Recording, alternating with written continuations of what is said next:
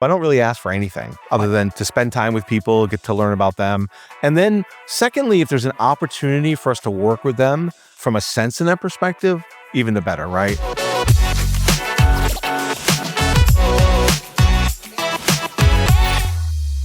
Welcome back to the award-winning HealthTech Marketing Show, the show for healthcare technology marketers who want to grow pipeline, not just presence. I'm Adam Chirinos, and whether this is your first episode or your 51st, thank you for being here. Really appreciate your support. We've got over 130 episodes in the library, so if you like what you hear today, there's a lot more to explore. Make sure you follow or subscribe so you never miss any of our episodes. And a big thank you to our friends at Healthcare Now Radio for sponsoring the show. They run a 24/7 healthcare-only radio network with a podcast syndication network.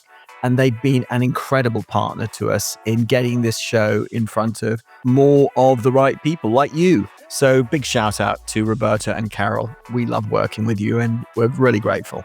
Now, one of the questions that comes up quite a lot is, should you start a podcast? Is this something that would be good for your company? And if you already have one, are you thinking about it the right way? Are you getting what you hoped for out of it? Today, I'm joined by two guests who have together built one of the most distinctive shows in health tech. Ed Gaudet, who's the CEO and founder of Censinet, a risk management and GRC platform serving hundreds of healthcare providers, and his brother, the amazing Mark Gaudet, who's the director of market development at Censinet. And he is the host of their incredibly successful podcast, which I think has had over 200 episodes now. And it's called Risk Never Sleeps. We're going to get into the real business value of podcasting. And we're going to look at things like why persistence through at least the first 6 episodes is absolutely critical. And most importantly, we're going to get into how a podcast can become a real source of pipeline. And it has done for the guys at Censinet, and it certainly has done for us here at Health Launchpad with the HealthTech Marketing Show. So we're going to get into that. So with that, let's get on and meet Ed and Mark. This is a first on the HealthTech Marketing Show. I have never had two brothers on the show. Oh boy. And you're both brothers, right? Unfortunately. So welcome to the show, Mark and Ed Gaudet, right? Yes. And I'm pronouncing it correctly. It's not Gaudet. No, you it's can not say Gaudet too. Yeah. It's great to have you on the show. I've known Ed for about a decade because... At least, yeah. Yeah, because, when I had Unify Health, we were sort of looking at the work that you were doing with Cortex at Imprimatur and drooling and saying, oh, we should... Anyway, so in the end, actually, I did all right because I hired your former marketing guy, Mark Gaudet. Yeah. And Mark, I've got to know you through Ed over the last year or so, and it's been a real pleasure because you are, well, no, you're like the ultimate guerrilla marketer. Oh, no. Not gorilla marketer. So give us the sort of the 30-second intro on you and the company, and then let's get into the topic, which is podcasting. Sure. Ed Gaudet, CEO, founder of a company called Censinet. And we're focused on risk management, third-party enterprise risk management, GRC, for healthcare. So all we do is healthcare, a couple hundred healthcare providers on one side of our network and over 55,000 vendors and products on the other side of the network. And Mark Gaudet, Director of Market Development at Censinet and producer of Risk Never Sleeps podcast. Risk Never Sleeps. Now, I've got a t-shirt, Risk Never Sleeps, which is one of the finest t-shirts I've ever had. Thank you. Beautifully produced. And how many episodes have you done? Today, we just celebrated 200. 200. Well, we're at 116, I think. So, yeah. But I don't think we're not... It's a lot, though, isn't it? Just to get to past 25. Yes. In fact, actually, when I started the podcast, I sort of gave up after 6 and then I came back You did? Yeah, because it was called something else beforehand. And then I came back and did the HealthTech Marketing Show. And most never make it past 25. They don't. Yeah. So you've been doing the podcast for how long now? About 3 years. 3 years. Yeah. 3 years. It was 3 years in February. Yeah. What was the impetus behind starting it? It sounds like an obvious question, but it's not actually. Yeah, no, it's not. There was a marketing guy that worked for me who said I should have my own podcast. And at the time, I had created a manifesto and I'd personified risk. And one of the lines I used was "Risk never sleeps" in the manifesto. And so he thought that was catchy. We could call it the Risk Never Sleeps podcast. Risk Never Sleeps came out of not just the personification, but I love music. And it was a Neil Young album back in the 70s. Rust Never Sleeps. So I took what does this? Rust Never Sleeps. Rust Never yeah. Sleeps. So Okay. it's Crazy Horse with Neil Young. So I love that, the duality of those two things. But the interesting thing is, and this was during the pandemic, he never got it launched. And I ran into another marketeer, and he was able to really simplify the process. Yeah. And we launched our first one in 2023. Yeah, February 2nd. Right. 2023. Yeah. Yeah. Oh, so it's really 3 years. Yeah. Yeah. That's amazing. And it's been a whirlwind. It's been crazy. And, for me, what I really love is to learn about the people behind the jobs and the roles, which a lot of podcasts don't cover. They cover the technology, and we could spend all day talking about tech, but I want to know about you as a person, your journey. And I always find people have really interesting stories, but for some reason they're guarded. They don't want to share them. And so for me, getting people to open up and share their story is really what it's all about. So who would you have on the show? What's his typical guest? Yeah, started off focused on CIOs and CISOs, but we've expanded. We've added vendors. We had GE Healthcare on today. I just had the CISO from Renown Healthcare. We've had a CIO before that. So we have everything from practitioners on the provider side to third-party vendors and suppliers into the ecosystem of healthcare. And we've also had some special guests. We had one of the main designers for Atari back in the day. Yeah. Howard Scott Warshaw. He had designed the video game E.T. that supposedly killed Atari. Game crash of 1980. Yeah. And we brought him on one day because it was a documentary we were watching together. And I said to Ed, I'm connected to him on the come on. And he said, I don't know. And he got him. Message and 5 minutes later, and Howard said, sure, I'll come. And he is an interesting guy because 3 times he came out. 3 times. And he remade himself throughout his career into different roles. And now he's a psychologist he's a therapist to Silicon Valley. Silicon Valley founders. Oh, really? Yeah, a really interesting guy. Yeah. But he also designed a number of successful games too, but everyone remembers him for the failure. Yeah. Which is really interesting, I thought. Yeah. So people who listen to this show, both of them, are typically a healthcare technology marketer. So they are, they're somebody Mark. They're what Mark does. And they are interested in how whatever we're talking about applies to what they do. So what's been the value to Censinet of the podcast? Yes. So 2 things. So when I started the company, I obviously needed and had a for-profit mission. Obviously, every company does. Yes. But in healthcare, with the shared mission that one has with your customers, I wanted to do something where I could give back to the community. And so I do that in a couple different ways. This is one way of giving back to the community. So that's really important. So I don't really ask for anything other than to spend time with people, get to learn about them.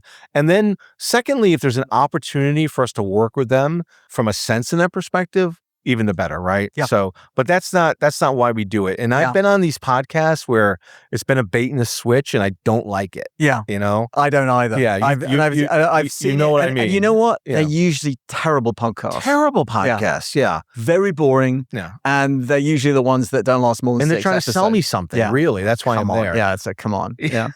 But what about the brand value and Yeah, that's a great question. I don't really know. I don't measure it that way. So I probably should. And I'm sure there is a lot of value in having 200 episodes out there, right? And we don't take advertising. So I don't know if you do. We have a sponsor. So we do. We sponsor. We have Healthcare Now Radio sponsor, and we love them. In fact, one of the best things I did was get involved. We're on the syndication network. Oh, yeah. It is 5x'd our exposure. Okay. Yeah. I'll have to talk to you after. Yeah, we should definitely. I'll put you in touch with them. They're wonderful. They're just they're so great to work with. They're just buttoned up and awesome. Yeah. Anyway, enough about them. More about you. Yeah. So interesting, because I'll tell you what I've found is that I have almost given up this podcast so many times because it's like, why am I doing this? We got 37 downloads. What's the point of this? It's a lot of work. It's a lot of work. But what happened was every time I go to the Sway Health show, right? Yes. Wonderful, Yeah. Colin, John, and Brittany, they run a wonderful show. Yeah. People come up and say, hey, by the way,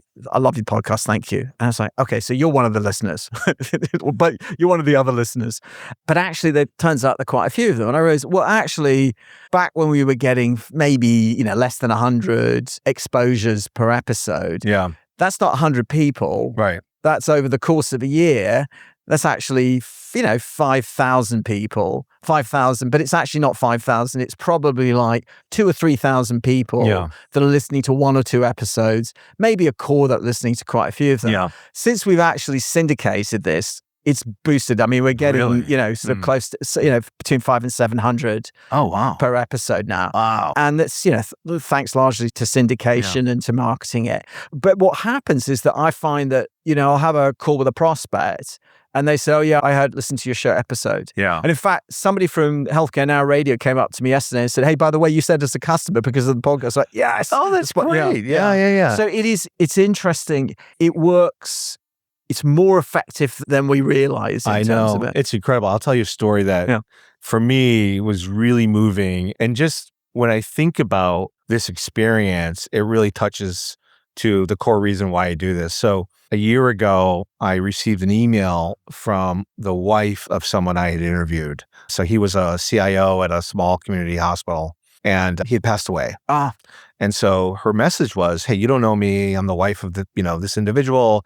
He died a couple months ago, but I want you to know we found your podcast and your interview with him and we took pieces of it and we put it into his memorial video. And we wanted to just let you know that and thank you for that. So I'm getting chills now. I am too. I'm getting choked up. Yeah. So I literally was going to respond to her right away, but I'm like, you know what? If I respond to her right away, I want to carry this with me for like 30 days. Yeah. Because I want to just process it. Yeah. So I waited. I responded 30 days after, and I told her why I delayed. Right. She sent me the video of the memorial service, which I watched with my wife one night.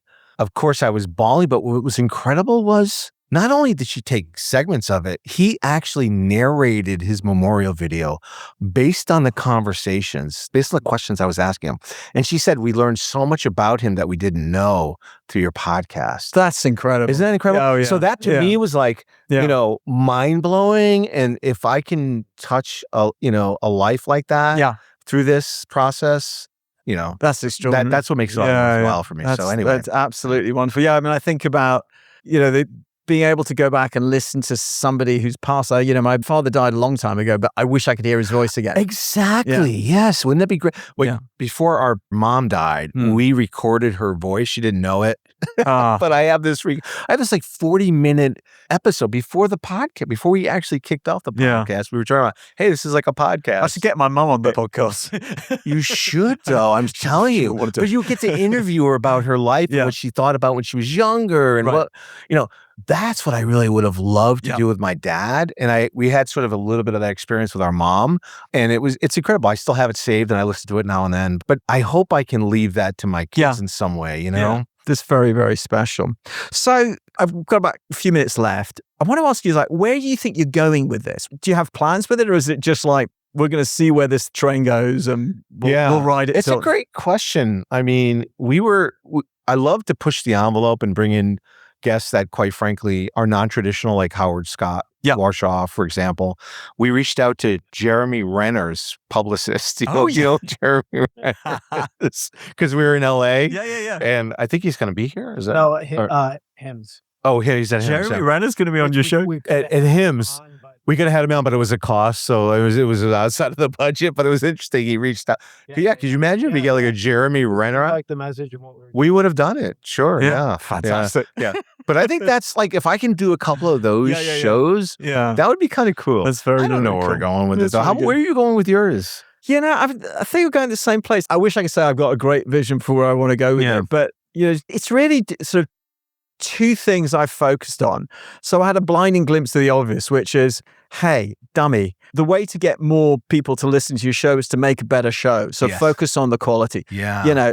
Don't let people I think a lot of early on, I was very timid, and I would ask people and just let them go, and they'd drone on. It's like, yeah, no, you're not letting people do that. So it's got to be and that means actually, it means I have to ask interesting questions. Yes. If I'm getting boring answers, I'm not asking them interesting enough And questions. pivot in a way that keeps people listening, right? Yeah. That's the other one thing. The other thing is mixing it up. So every other show is an interview, and it's usually about something like this, sort of general marketing thing. Oh, interesting. But I'm alternating it with an AI specific series, and it's much more educational. Oh, and so that one, I think it's going to be 6 or 7 parts by the time we're done. Oh, interesting. So more theme oriented. Yeah. So That's a really interesting way to do it. Specifically about the impact of AI on pipeline growth, not on content. Everybody's using it for content, but actually using it for increasing sales. Yeah. Not so much. And so that's what this has been, that series is about. And so it's been helpful doing it because it's forced me to actually learn it and develop for your own business. Yeah, exactly. Yeah, so my story. Interesting. Yeah. And I've had a few guests on, but mostly it's about sort of having that. And so that seems to be working well. Like somebody, in fact, I had a meeting with a prospect last week, and he'd reached out. He applied to join the HealthTech Marketing Network. Wonderful guy in Israel. And so, well, how did you find out about this? He says, I listened to one of your AI podcasts. And I said, I want to follow more. I want to find out more about. Yeah. And so that was like, oh, okay, that was good. I like that approach. Like it's sort of like the intersection of webinars and podcasts where you get the theme. I'm going to steal that. All right. Thank you. Hey, a quick word about a health launchpad. So everything Ed and Mark are describing, the prospect who discovers you through the podcast, the customer who says it was your content that tipped the decision, that's pipeline growth. And that's pipeline growth working exactly the way it should. But most health tech companies are leaving it on the table because content isn't connected to a real go-to-market strategy. At Health Launchpad, we work with health tech companies to turn content and marketing activity into measurable pipeline. Whether you're trying to build a demand engine, get more out of your ABM efforts, or figure out how AI fits into your GTM motion, we've done it, we're doing it for clients, and we can help you too. So if that resonates, go to healthlaunchpad.com and let's schedule a call. Now, let's get back to Ed and Mark. Last question to you both. Mark, I want you to answer first, if you would, which is advice to anybody out there saying, should we do a podcast? Or should we no, maybe there's better things we could be doing with our time? Yeah, it's the first 6 months that's the hardest. So, because he wanted to do one every week, an episode when we first started, and getting people to come on was really tough. Really tough. Like, dude, I don't even know if we're going to be able to get one a month. Yeah. And it was right around the 6-month mark where we finally cracked it, and we were getting more and more people where there's more brand and people were, and I was able to get more folks on it. So, but that's that. Stick at it. You have to be really, really consistent, resilient, because it's in that first period where most people are just like, this isn't working. Assume the first 6 months are going to be really tough. Because if you get beyond the first 6 months, that's great. How about you, Ed? Yeah, I was going to say the same thing, but I'll give you a different reason. I think, be open to the journey and uncover things about yourself in the process that you might not have known. Right. Because I think starting off in this process, I didn't realize actually how good I was at actually interviewing people. Yeah. But I've worked at it too. It's been hard, but you're right. Like you got to figure out what questions to ask, when to ask them, when to pivot. You got to keep it interesting. And so I think if you stick with it, as Mark said, through those periods where it feels like, oh my gosh, are we ever going to with it? Yeah. And learn the craft of interviewing. Yeah. Absolutely. Ed and Mark, I'm so glad. It was great to get you on the show and love it. Again, the company is Censinet and the show is Risk Never Sleeps. Risk Never Sleeps. There'll be links in the show notes. All right. Thanks very much, Adam. Thank you, Adam. Well, that's a wrap on a conversation, as you can tell, I really enjoyed. Ed and Mark are friends, and I just love chatting with them. There's links to the Risk Never Sleep podcast down below. And so I really suggest you check them out. It's a great show. Here are my 4 takeaways. Number 1, podcasting is a pipeline tool. Full stop. Mark and Ed didn't build Risk Never Sleeps as a brand play. The relationships it creates, the trust it builds over 200 episodes, those turn into business. And my own experience backs this up. So recently, a podcast listener became a customer. And I had 2 calls in the last week where when I asked them, sort of, where did you find us? And they said, well, I was listening to your podcast and what I said resonated. So I thought they'd schedule a call to talk about an opportunity that they wanted to explore with me. The first 6 months are the hardest. So that's the second takeaway. And it's those first 6 months are the most important. So Ed's advice is simple. Most podcasts quit before month 6. The ones that make it past that threshold are the ones that develop momentum, attract guests, and start building a real audience. Treat the first 6 months as an investment, not ROI. And I found that myself. In fact, I would say, in my case, it took a few years for this podcast to really take off. So it took sort of persistence and sticking at something that was, for me, has been a labor of love. Takeaway number 3, syndication is a force multiplier. Exposure to this show jumped 5x after we joined the Healthcare Now Radio Network podcast syndication network. So if you're producing a podcast and not syndicating it, you're doing a ton of work and maybe only getting a fraction of the reach that you could be getting. Takeaway number 4, great interviewing is a craft and you need to learn it. Mark's insight that he discovered how good he was at interviewing by actually doing it is worth sitting with. The questions you ask shape the answers you get. Leaning in, pivoting, staying curious, that's what makes people keep listening. If today's show sparked something for you, whether it's thinking about your podcast differently or figuring out how to connect your content to pipeline growth, I'd love to have a chat with you. Connect with me on LinkedIn or book a call with me through the link down below. Nothing for sale here. We can just have a chat. And by the way, if you found this episode useful and you know somebody else who might do as well, go ahead and share it with them. I'd certainly be grateful to you, and who knows, they may be as well. Thanks for listening to the HealthTech Marketing Show. Until next time, I'm Adam Chirinas.